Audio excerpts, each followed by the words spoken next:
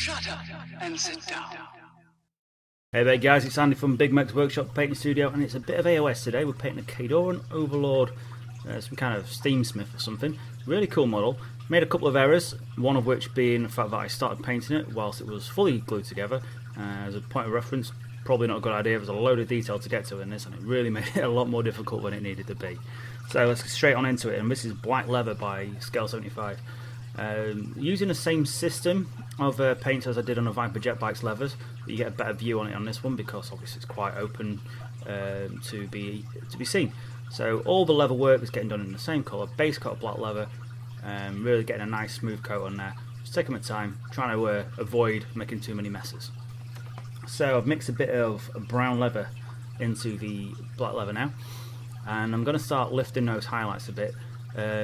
It's a very gentle, subtle highlight, so you're going to really push through it and advance through these colours, and you get a real nice effect at the end of it. It's totally worth taking the extra time.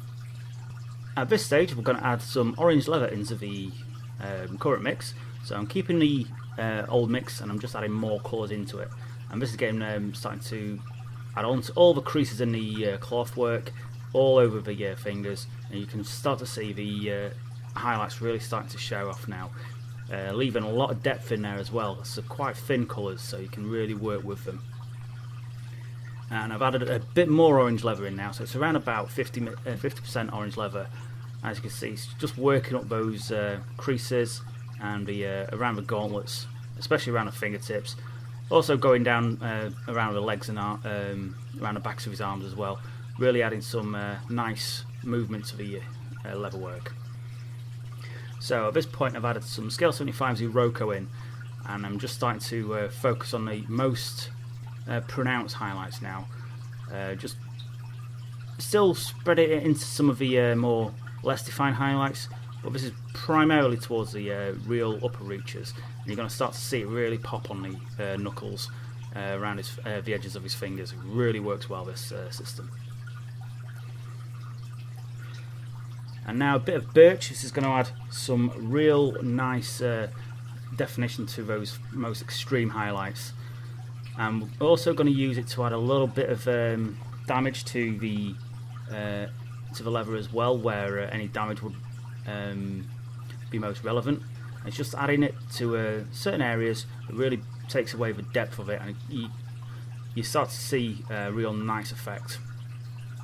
So now I'm going to go back into the recesses with a bit of a black leather with a touch of orange leather in there as well, and just to blend in those shades a little bit more and just adding that final bit of depth into it, and it really just makes the entire leather work really work nicely.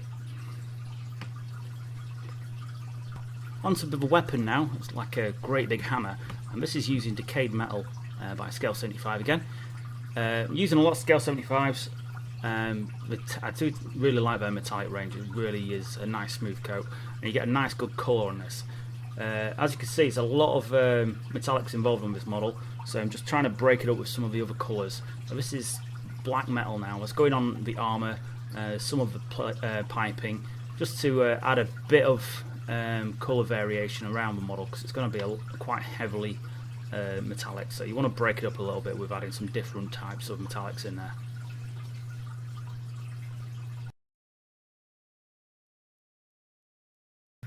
Onto the areas what I haven't already touched, and this is going to Hammered Copper by Vallejo. You could use Hashed Copper by Games Workshop as well.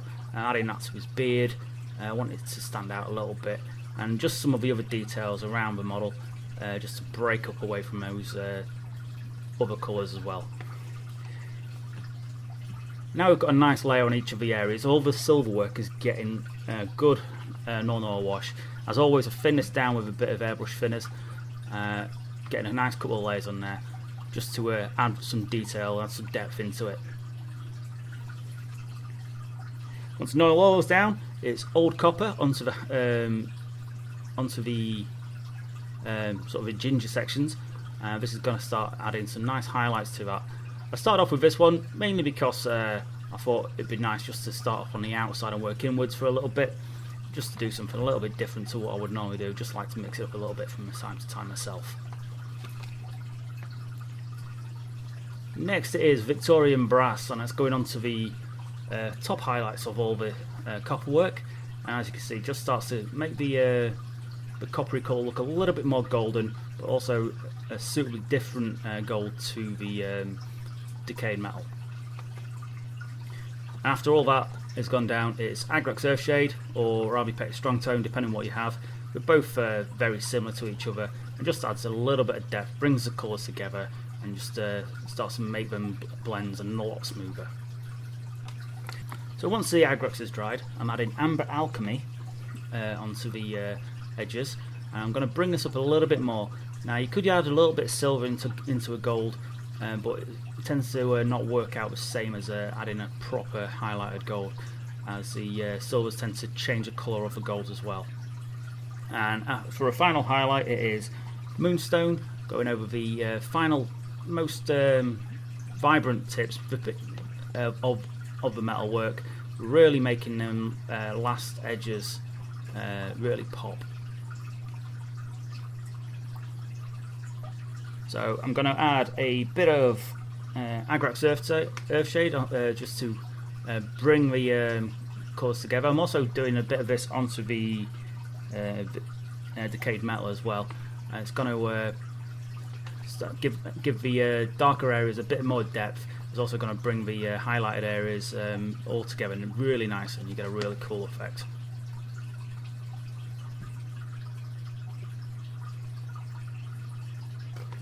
Onto the silver, and it is decayed metal plus thrash metal.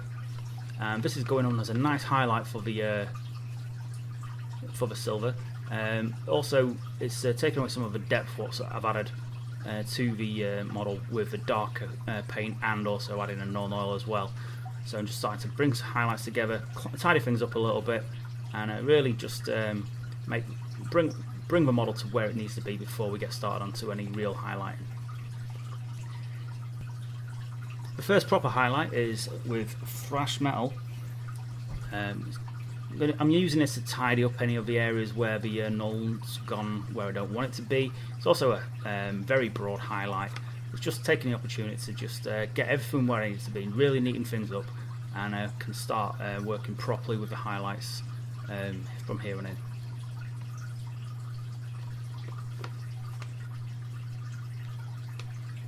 Heavy metals next. As you can see, I'm using a narrow brush now. This is a Winsor Newton 00, and I'm just starting to focus on the leading edges with the heavy metal. It's quite a bright silver, something along the lines of Runefang maybe a little bit darker than that, and I'm just using it for the standard highlights at this stage. So it's non-oil, just to tie it all back together. It's always nice to put a wash on after.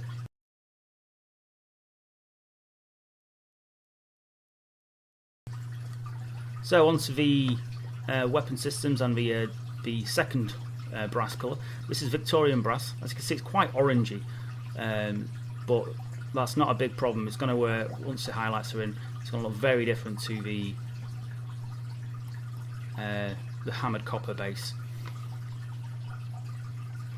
So now I'm adding a bright brass by Vallejo. This is quite a very thin colour, and this is just going to start highlighting up all the way around any of the decayed metal base over Victorian brass. It's going to take away some of that orange. As you can see on the anvil, it looks a lot more gold now.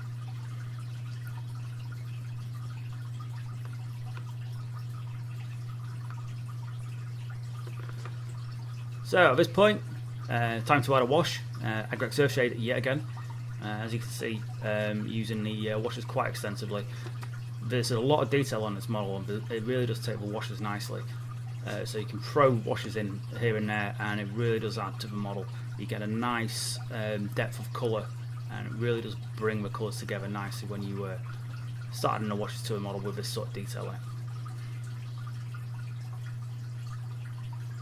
With bright brass again, starting to tidy up those highlights, make sure I've not left any weird pooling on the model from the wash. I'm just starting to bring that colour up to a nice bright brass colour, working mainly towards the edges The area is what the sun's going to hit, you know, the sort of thing what I'm talking about.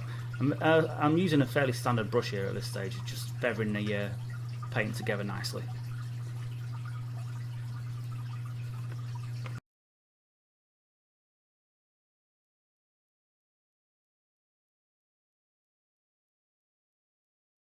Onto the leather wrapping on the weapon, and that is BLOODFEST Crimson as a base, which sadly I got off camera, but I'm now highlighting up with a coat of deep red, just to start bringing that patterning together. Same system on the eyes as well, same colours. I'm using Antares red to bring the highlights on the more upper reaches of the patterning of the leather wrapping. Just dabbing it on there nice and gentle, trying to use the side of my brush where possible. It's now Aldebaran red, colours I've used before in a bunch of other videos.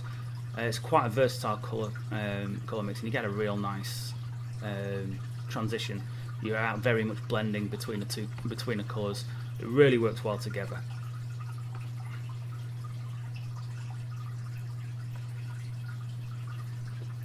A little bit of Mars orange now, just to brighten it up, just on the most upper reaches. Trying not to make it too obvious that there's a bit of orange on there, but it really just does finish the highlights off. Back onto the weapon and the anvil. It's Amber ALCHEMY again. I'm not concerned at this point at taking it too coppery. It's going to that bright brass layer has really made it more gold.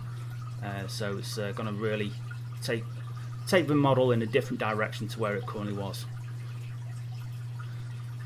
And MOONSTONE ALCHEMY by scale 75 for the last highlights, just the leading edges, brightening up any of the areas what just a little bit dull, and you're going to get really nice sharp highlights right on the edges where they need to be. And there you have it, guys, another short video from me. I do hope you enjoy this one. I'm going to keep on trying to improve my camera editing, so please stick with me if there's any problems on this.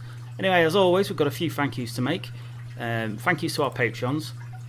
Without this, we couldn't do this without you, so huge thank yous to your boys, Matt, Ludwig Offbauer, D-Wack, Mark and Dave. Huge thanks to you. You're top paying Patreons, and we appreciate everything you do for us. Also, special thanks to the Outpost as well, where you can get any of the equipment we use, all at your standard 15 to 20% discount. And also, if you use our affiliate link in the link below, we additionally get a 5% store credit at no cost to you, just as a thank you to us, and obviously a thank you from the Outpost for using their services. So huge thanks, guys. I hope this was a decent enough video for you guys, and I shall catch you in the next one. Ta-ra!